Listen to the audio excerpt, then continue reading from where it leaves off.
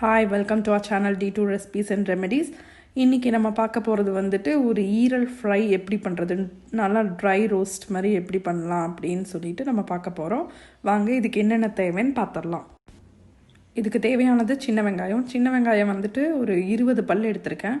இதுல கொஞ்சத்தை அரைக்க போறோம். மீதி வந்துட்டு பொடியா நறுக்கிட்டு அத வந்துட்டு வதக்கறதுக்கு யூஸ் பண்ண போறோம். அரைக்கறதுக்கு வந்துட்டு அதே மாதிரி பூண்டு எடுத்து வச்சிருக்கேன் நானு. பூண்டு பாத்தீங்கன்னா ஒரு 10 பல் இருக்கும். இந்த சின்ன வெங்காயத்துல வந்துட்டு கொஞ்சத்தை வந்துட்டு இந்த பூண்டோட சேர்த்து தான் நம்ம அரைக்க போறோம். இஞ்சி வந்துட்டு ஒரு சின்ன துண்டு எடுத்துர்க்கேன். பட்டை ஒரு கிராம்பு இது தாளிக்கிறதுக்கு தான். கருவேப்பிலையும் தாளிக்கிறதுக்கு தான் எடுத்துர்க்கேன். இப்போ இந்த இஞ்சி பூண்டு கொஞ்சம் சின்ன வெங்காயம் இதையெல்லாம் வந்துட்டு நைஸா அரைச்சுக்கலாம். கொஞ்சம் சின்ன வெங்காயத்தை பொடியா நறுக்கிக்கலாம். பூண்டு ஆட் பண்ணுங்க.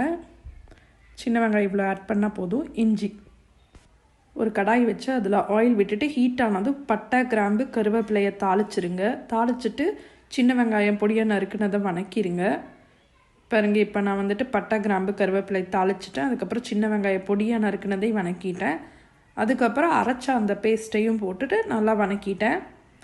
நல்லா வதங்கினதுக்கு அப்புறம் சில்லி பவுடர் ஆட் பண்ணிக்கோங்க. உங்க காரத்துக்கு ஏத்த மாதிரி சில்லி பவுடர் ஆட் பண்ணுங்க. ஒரு 1 டீஸ்பூன் ஆட் பண்ணலாம். 1/2 டீஸ்பூன் மஞ்சள் தூள் ஆட் பண்ணுங்க. இப்போ இதையும் நல்லா கொஞ்சம் வதக்கிடுங்க. இப்போ வந்துட்டு ஒரு 200 grams வந்துட்டு ஈரல் நான் எடுத்து வச்சிருக்கேன். நல்லா வாஷ் பண்ணி எடுத்துர்க்கேன். இதை இதில் ஆட் பண்ண போறேன். ஆட் பண்ணிட்டு ஈரலை வந்து நல்லா வதக்கிரணும். நல்லா வதங்குச்சுனா அதுவே கொஞ்சம் தண்ணி விடும். அது வரைக்கும் வதக்கிட்டு நம்ம கொஞ்சம் தண்ணி ஆட் பண்ணி ஈரலை வேக விட வேண்டியதான்.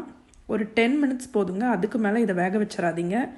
அந்த 10 minutes வந்துட்டு ஒரு தட்டு போட்டு மூடி வேக வச்சிருங்க. பாருங்க இப்போ அதுவே தண்ணி விட்டுருச்சு. இன்னும் கொஞ்சம் தண்ணி ஆட் பண்ணி தட்டு போட்டு மூடி நம்ம அதை வந்துட்டு வேக வைக்க போறோம். நல்லா குக் ஆனதும் பாருங்க இப்போ குக் ஆயிடுச்சு. இப்போ இந்த டைம்ல வந்துட்டு நம்ம பெப்பர் பவுடர் தூவ போறோம். தூவிட்டு இத அப்படியே ஓபன் பேனா வச்சுட்டு ட்ரை ரோஸ்ட் பண்ற அளவுக்கு நல்லா தண்ணி எல்லாம் சுண்டி ட்ரையா ரோஸ்ட் பண்ணிர வேண்டியதான்.